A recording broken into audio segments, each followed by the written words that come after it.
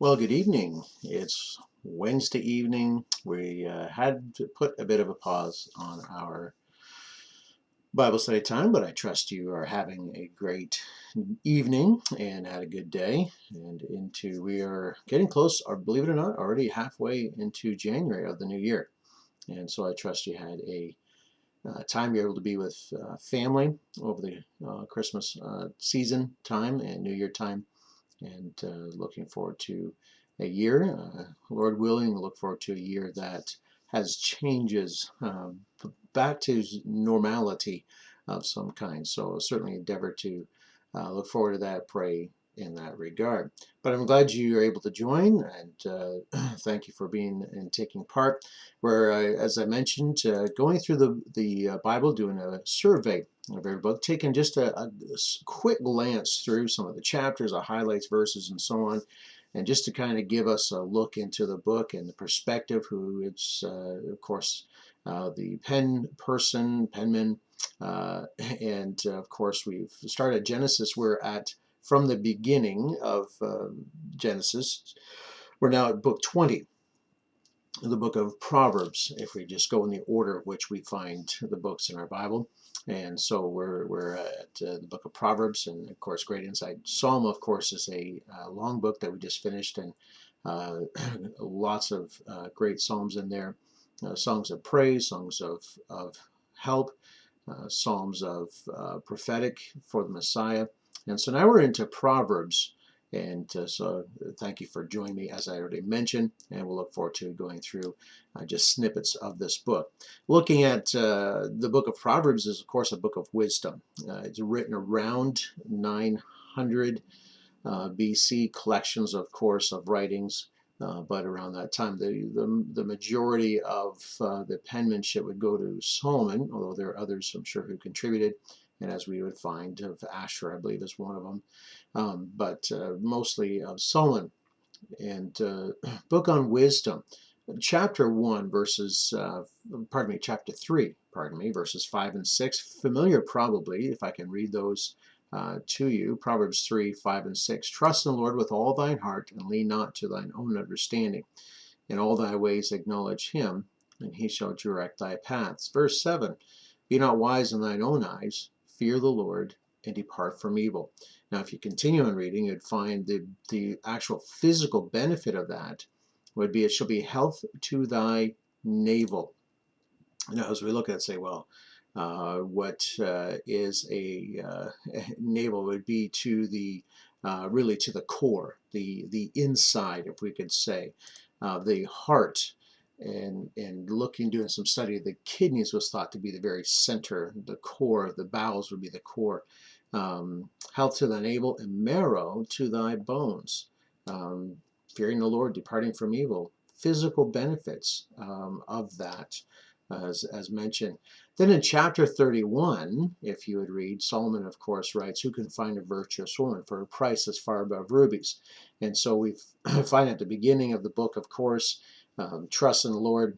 And then with that, now, again, remembering that Solomon is known to have a number of women, hundreds of wives, and 300 wives, 700 concubines.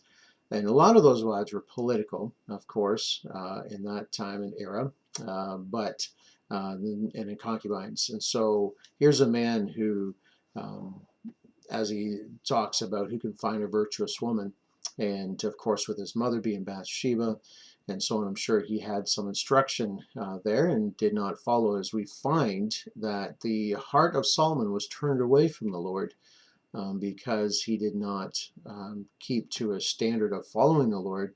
And some of the wives that he married brought their idols and so on, their forms of worship, and of course he followed after that.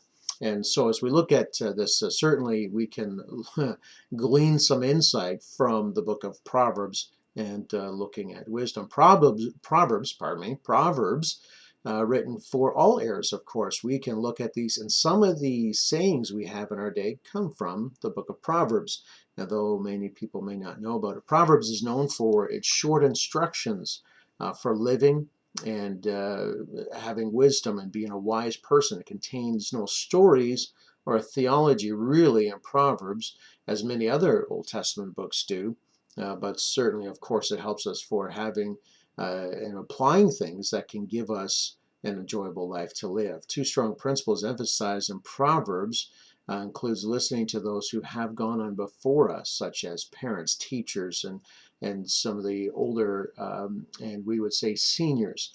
Again, remember in this time frame, and even in some places in our world today, those who are older would be ones who would be respected, earn respect as far as living, as opposed to a younger person. The gray hair was not something to be worried about or ashamed of dying hair. Gray hair was a signal of wisdom, of life experience, and those would be the people that you go talk to. And we find even written. So other, of course, looking at humility, we find we are encouraged not to speak rashly or without seeing the consequence of acting arrogantly. And as well, we find, and again, the great contrast in the book of Proverbs would be between the wise and the fool, one of the big contrasts in the book of Proverbs. And so as we go through some of these thoughts, let's take a look at some more as we look at this. The writing, as we find knowledge is nothing more than accumulation of raw facts. But we find wisdom, the ability to apply knowledge and principle in our everyday living, the ability to see other people using judgment, discernment, and so on, and the application of that.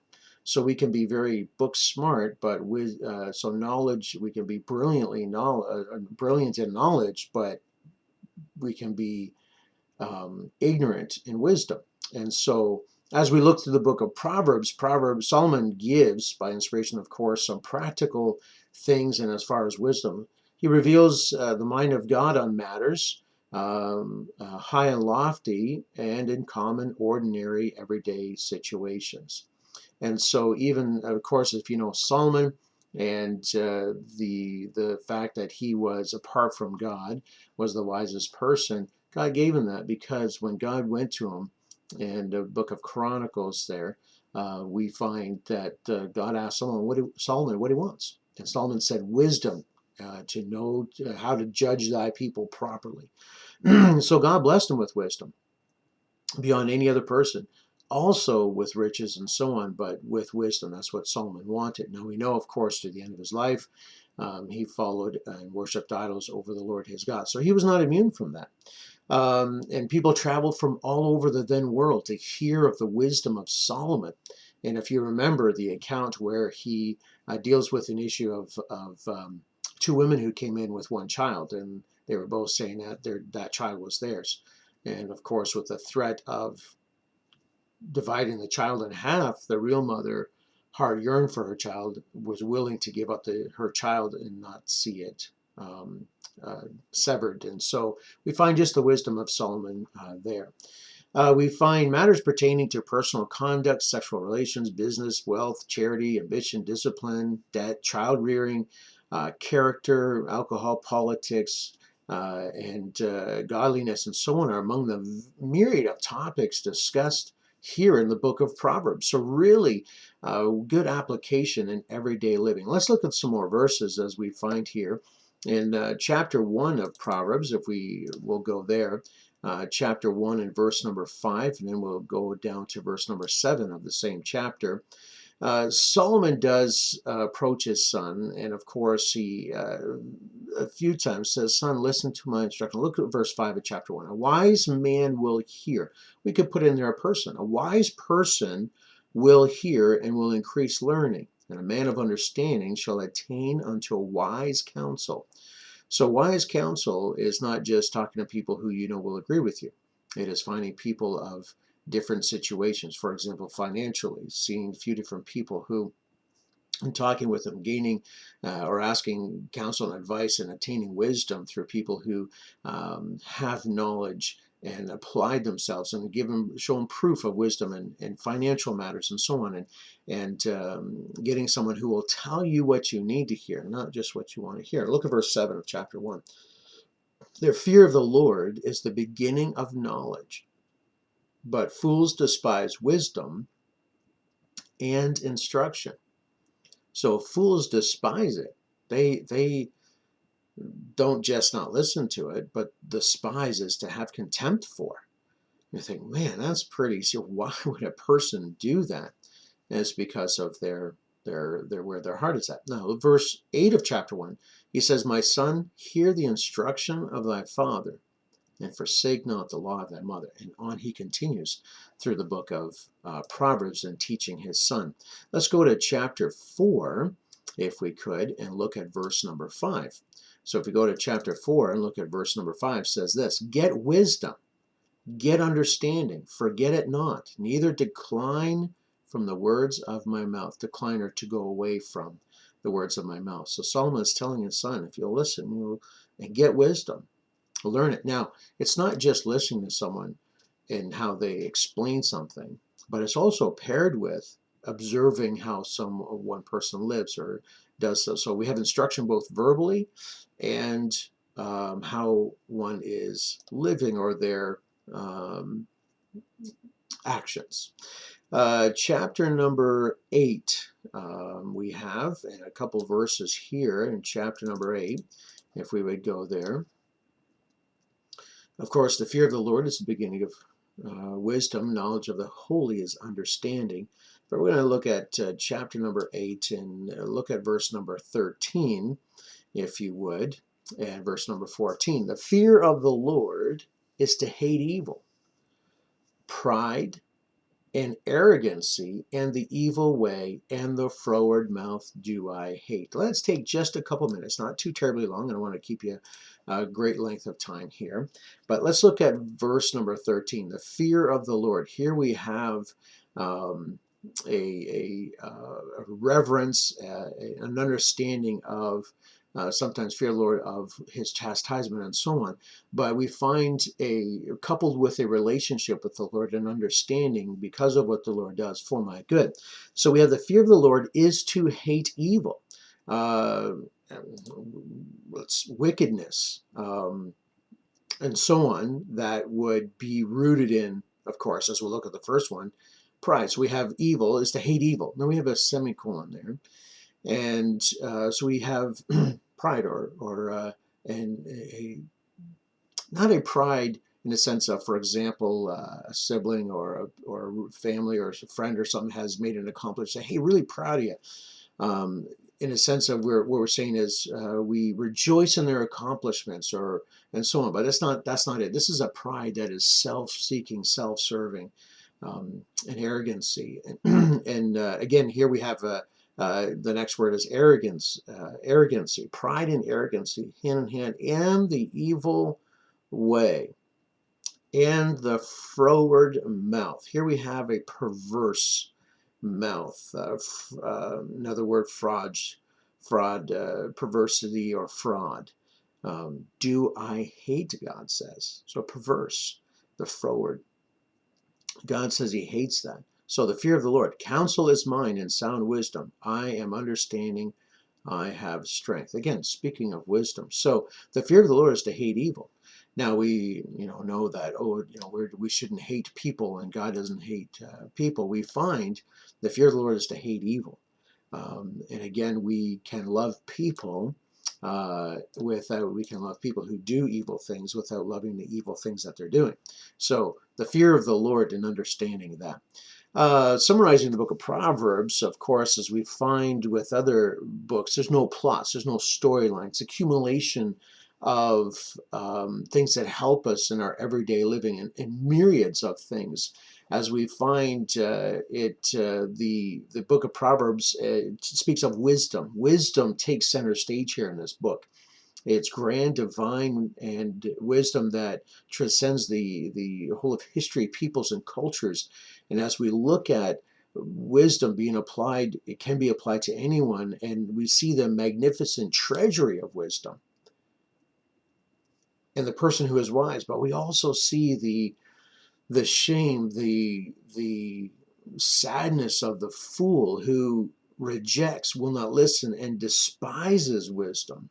What a tragedy, as we find here. So practical applications as we look, we find there is an undeniable practicality here in the book of Proverbs for sound and sensible answers to manners of complex difficulties and situations found in the book of Proverbs. It is a book of wisdom, of course, that God has given to us. Could we say a how-to book? Those who will have wisdom and those who will listen and learn it and from instruction will have wisdom, the application of knowledge that can be gained. And so we find as Solomon speaks to his son, it's almost a sense that scene that we can sit in as Solomon speaks to his son. And again, we find if we would, and as Solomon's talking to his son, but if you would have long life, prosperity, joy, the goodness of God, uh, learning and of wisdom and so on. Now, I'm not saying that just because you're wise, you're not going to have any problems in life. That's not, I believe, what Solomon is saying. Nor does the Lord Jesus ever teach that. But we find, as we think of the outcome of our actions, if we apply wisdom to what we are to, how we are to live and what we are to do. So a great deal. Couple contrast, of course, but we find with the wise and the fool. If you will be wise, here is going to be some of the evidences and what you're going to do and so on. But if you are the fool, here's how you're going to live, but here's going to be the outcome of that. Now, let's look at some chapter breakdowns. Again, we're not going to be able to mention everything in the chapters, but of course we find in chapter 1, we see the fear of the Lord, the meaning and value of wisdom. Chapter 2, the fear and wisdom is combined, and you notice that they go hand in hand. The fear of the Lord is the beginning of wisdom, and knowledge of the holy is understanding. When we understand who God is, what He loves, and as we've already read, the fear of the Lord is understanding, and what the things that He hates will have an understanding, and of course as to why those things that God hates is everything is really deep down rooted in pride. Chapter 3. We find, of course, wisdom and trusting the Lord. It is wise to trust in the Lord and not in ourselves. Chapter 4, the choice of wisdom and not wickedness. Chapters 5 through 7, we see sexual temptations to be avoided and the result of some of those. Chapter 8, some prophetic passages on Christ. Chapter 9, we find choosing the right friends and associations and so on. Chapter 10 through 21, we see a number of two-liners, if we could say that, in Proverbs, and contrast in some of those verses, and or we find, so anyways, two-liners. And then as well, that will conclude into first part of chapter number 22. And in the remaining of chapter 22, we have 6 things. These 6 things, as we find in chapter 60, 6 things that the Lord hate. But we also find some other things in various wisdoms. And that'll go right through chapter number, well, at least almost through the chapter number 24. We have sayings and various wisdom things. The remaining part of chapter 24, from about verse 23 and on, we find integrity and hard work. And Solomon has a lot to say about being productive, but also understanding. As we look at the beginning, when God created man, placed him in the garden, Adam occupied. He was busy, though we don't find the effect that we understand of work, sweating and so on, until after sin came along. But God kept Adam occupied in the garden. Didn't just let him sit around, and eating fruit all day. So integrity, hard work, in part of chapter 24. Chapter 25, we find Solomon's wisdom. Again, mentioned 26 about the fool, and much is said about the fool and the characteristics and the actions and behaviors and so on. Chapter 27 through 29, we see some addendums. And then chapter 30, some sayings of Agur, A-G-U-R, and so we find some attributes there. Chapter 31, the sayings of Lemuel, there up to verse number 9, and then starting at verse 10 through 31, we find the traits of a goodly woman and a virtuous woman and so on. And you find, which is really interesting if you study that, as sometimes is contrary to believing, that she was industrious both in the home and out the home. She bought fields and dealt with merchants and so on. And so just again, a woman of wisdom, and just the You want to talk about someone who uh, had knowledge of a whole lot of aspects of life. What a great picture there in chapter number 31. So as we conclude, we find Proverbs is a book of chapters. There's a saying, a proverb a day keeps something away, whatever it may be, like an apple day keeps the doctor away. But certainly there's some great applications of wisdom that we find in the book of Proverbs in applying our heart to wisdom. How does that all begin? That all begins with the fear of the Lord and having a proper understanding on how to fear the Lord and what that looks like. And of course, part of that will be understanding who God is, and with that we can find in His Word. Hey, thanks for joining me through this survey, and we're going to, of course, go into Ecclesiastes, another book written by Solomon, and we find three that we find a great deal that's contributed to: Song of Solomon, Proverbs, and Ecclesiastes, and it appears that those are the order which they were written. First, Song of Solomon, which we'll get to, of course, Proverbs in the middle term of his life, and Ecclesiastes toward the end. So a lot of things we can see in Ecclesiastes as well as we look at Proverbs and wisdom and so on. And which is interesting in Ecclesiastes, we find some more wisdom is learned toward the end of life, and we'll see some of those in what is said. Thanks for joining me. Have a great week. We'll see you next Wednesday.